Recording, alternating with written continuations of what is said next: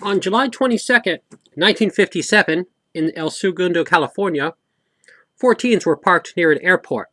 They were watching the airplanes take off from the nearby airport. They were approached by a drifter who stuck a gun in the window. He in turn robbed them and had them exit the vehicle and used duct tape to tie them up and then stole their vehicle. He then drove and stopped at a red light and proceeded through a red light. At that junction, he was pulled over by 2 police officers. And here's some additional background. One moment, please.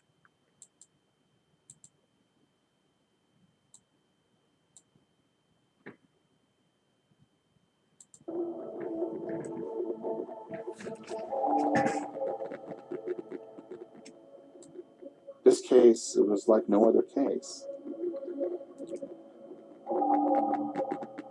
Going back that much in time, it was like out of this world. It's like what you see in the movies. July 22nd, 1957. Something has happened. And I asked if he was hurt. Is he hurt bad? And they said, no, it's worse than that. It was a huge crime. It hit El Segundo in the South Bay area hard. The drifter, or the perpetrator in this particular crime, the 2 police officers, when they pulled him over, they approached the vehicle. He exited the vehicle, and they were just going to write him a casual routine ticket. And unfortunately, he drew his revolver and shot both of them dead. One of them was leaning over his police car, and the other one was actually sitting in the police car. And they were tragically both shot dead. One of them was able to get off 6 shots moments before he tragically died, and 3 of them hit the fleeing vehicle. One of them hit the perpetrator. And here's some additional information. One moment, please.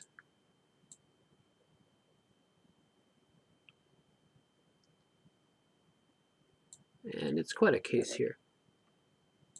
Correct. We were southbound on Florida when we heard the call and turned the corner, and there they were. 2 other young patrolmen, James Gilbert I was 28. and Charlie Porter, I was about 37, I believe. not knowing what had taken place earlier at the Lover's Lane, assumed that Phillips and Curtis were making just a routine traffic stop. Officer Phillips appeared to be getting ready to start a citation. And as we stopped and looked the situation over, and he waved the paper at us like everything was all right. So we went ahead. Porter and Gilbert would be the last people to ever see their fellow officers alive. Just seconds. As you can see, that's a little more detail there. And there's some old clips of some old police cars from that particular era. And a tremendous search was done. And the 49 Ford, which the perpetrator was driving, he drove a few blocks and left it and ran from the scene. And the following day, the 49 Ford was found, and they were able to get a fingerprint. Actually, it was a thumbprint, and 2 partial thumbprints were left on the steering wheel, and they combined them to make a full fingerprint. And the investigation was quite big. They searched up and down. They checked military bases, and they checked out 3,000 different people. All of them were cleared as being the perpetrator of the crime here. And here's a little more detail. One moment, please.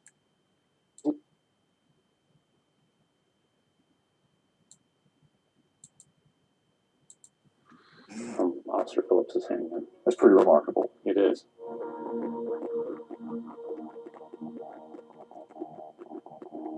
Investigators knew the stolen 49 Ford might have one more story to tell. Did the killer leave something behind? Something that would lead them in the right direction? Today, samples of DNA can point the way to a killer, but back in 1957, they would have to rely on the best tool they had at the time. This is my fingerprint, kids. Howard Speaks searched the car from bumper to bumper for something, anything that might lead them to a suspect. You've got this car, you know. As you can see, that's the 49 Ford there. And they did find the fingerprint. And unfortunately, that did not lead to an apprehension or the rest of the criminal. In 1960, 3 years later, a handgun was found close to the murder scene. And the handgun was determined to be the one that used in the crime, so the perpetrator disposed of it as he was running from the, after he had left the 49 Ford pictured here. And let me see if I can get a little more data on the handgun. And they were able to trace it to Shreveport, Louisiana, after they did a trace on the serial number. And they actually traveled there and went to a store in which it was sold and actually talked to the sales clerk that sold him the gun. And if I can get him on the screen here. One moment, please.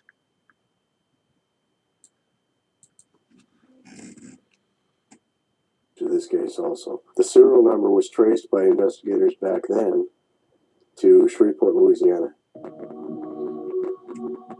Lowe and McElderry followed the trail of evidence to Shreveport, 1,600 miles and 46 years from El Segundo, California. The gun was sold here in 1957. They tracked down the salesman at the Sears that sold that gun, a man by the name of Billy Jean Clark. I pointed out that this was the least expensive one at $29.95, and that's when he decided that's what he wanted. Billy Jean Clark was just an 18-year-old kid in 1957, working his first real job behind the sporting goods counter at this local Sears. Incredibly, he actually remembered the sale, and through that, they were he was able to produce a sketch as well as the teenagers who he initially robbed and stole their car from. They were able to produce a sketch. So they had a sketch and a fingerprint of the perpetrator, but they didn't have a name. And eventually, as time went forward, they received a break in the case where somebody phoned the police station in Los Angeles and said they knew that a relative of theirs had bragged about committing the crime, and they went and checked out. They checked the fingerprint off that person, and he was not the perpetrator, but it rejuvenated the investigation. And here's a little more data on that. One moment, please. And let's see. Here's some issue about the fingerprint. Were tried. And would you say describe that as kind of fragile after all these years? It has literally fallen apart. This time, with the advantage of modern science. How do you work with something like this? Well, we literally can't work with that. We work with a photograph that fortunately was taken of this. Using everyday computer technology that wasn't even dreamt of in 1957, the experts were able to digitally reprocess the original photograph. This, in effect, is a really pared down version of this. That is correct. So the computer can read it. That is correct. But even with a new digital image of this original fingerprint, you still have to have some place to search for a match. And that's what's really new. Following the events of 9/11, the FBI finally created a nationwide computer database. In it, a copy of every single criminal fingerprint from every state in the entire country. How big a deal is this? It's fantastic. They loaded a digital copy of the killer's prints into the system, and just like that, a man that had eluded capture for nearly half a century was found. The perpetrator was located in, after they did the fingerprint search, he was living in South Carolina, and South Carolina was one of the states that was late in putting their fingerprint data into the national system. And the perpetrator also had been arrested in 1957 for burglary, and that's how they had his fingerprints on file. And he was still living in South Carolina. And here's some additional data. And they're able to track him down and arrest him. And here's a rather dramatic, here's one moment, please.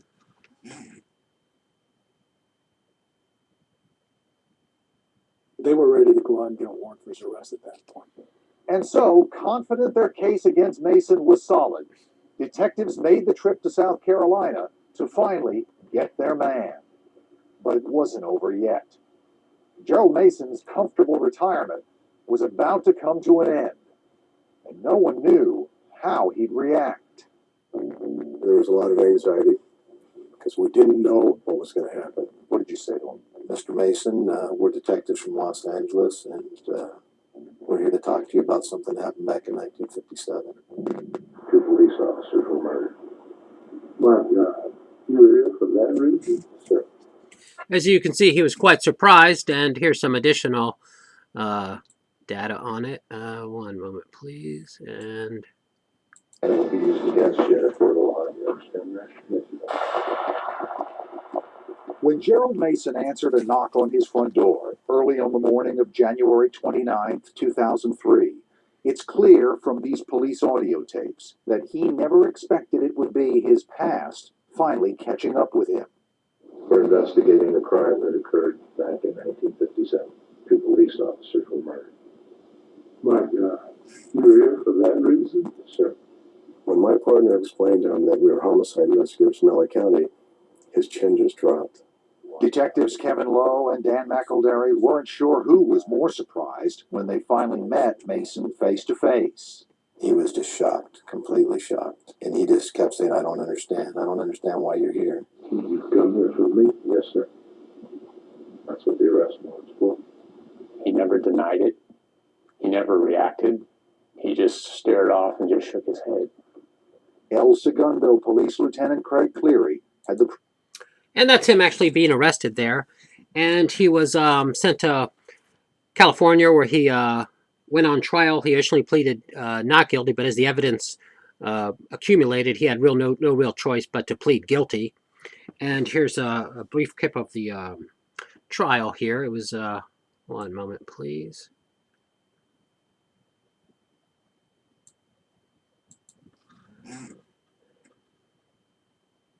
22nd, 1957, you acknowledge that you murdered Officer Phillips and Officer Curtis willfully, deliberately, and with premeditation.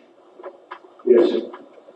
And finally, Mason would have to face up to what he had done and face those whose lives he'd shattered. As you can see, that's the trial proceedings, and he pled guilty, and the crime was eventually solved 46 years after it actually took place, and it's quite a case, and it's been profiled numerous times on television as well as some prominent magazines as well. And hopefully everything uploaded here, and get a review of it. If you've heard of cases before, hopefully it's a good flashback. If not, it's hopefully introduce you to it for the first time, and that should do it. And one moment, please.